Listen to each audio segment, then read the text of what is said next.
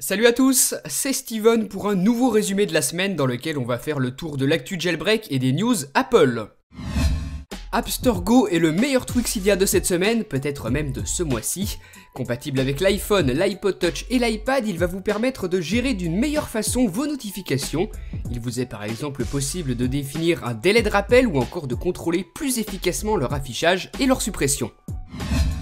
Enfin, Tiny Umbrella se met à jour pour supporter la sauvegarde des fichiers SHSH d'iOS 6.1.3 sur votre iPhone, votre iPod Touch et votre iPad.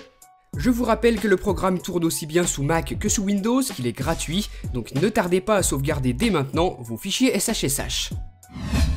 Les deux premiers se sont traduits par la sortie d'un tweak Cydia, excellent à chaque fois. Le développeur Sentry nous propose donc son nouveau concept pour améliorer une fois de plus iOS.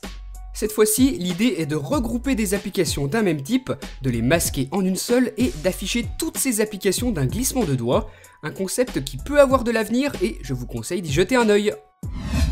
Beaucoup de très bons tweaks sont sortis sur Cydia en début de semaine, c'est notamment le cas de Atom, ce tweak qui va afficher sur votre lock screen 6 raccourcis pour vos applications et vous offrir une nouvelle manière de déverrouiller, un petit peu à la manière de ce que propose Android mais différemment, un magnifique tweak que je vous ai présenté en vidéo et une fois de plus, allez regarder.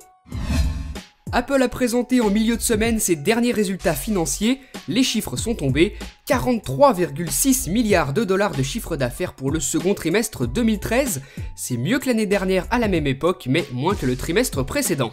En 3 mois, Apple a vendu 37,4 millions d'iPhone, 19,5 millions d'iPad, 5,6 millions d'iPod et enfin 4 millions de Mac.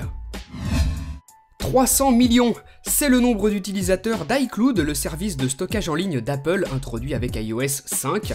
Une belle progression par rapport au mois précédent puisqu'on se souvient qu'en janvier, iCloud comptait 250 millions d'utilisateurs. Très populaire, le service d'Apple comptait l'année dernière 125 millions d'utilisateurs, aujourd'hui c'est plus du double pour iCloud. Après avoir beaucoup parlé de chiffres cette semaine, Apple évoque ensuite vaguement les produits à venir. La compagnie ne compte pas entrer dans la course au smartphone de grand écran, mais Tim Cook a notamment dévoilé que son entreprise compte bien lancer des nouvelles catégories de produits pour cet automne et en 2014, sans pour autant donner plus de détails là-dessus. L'iWatch, la montre connectée sur laquelle, selon les rumeurs, travaillerait Apple, pourrait bien faire partie de ces nouveaux produits si elle est bien réelle. Apple n'a encore rien officialisé et il faudra encore être patient.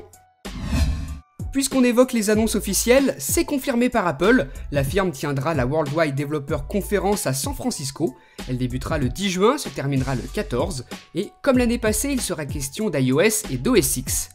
Nous serons donc particulièrement attentifs aux informations qui seront dévoilées, principalement celles qui concerneront iOS 7. Si vous cherchez des places pour y assister, faites-vous une raison, les 5000 places mises en vente à 1600$ pièce se sont arrachées en 2 minutes, un record.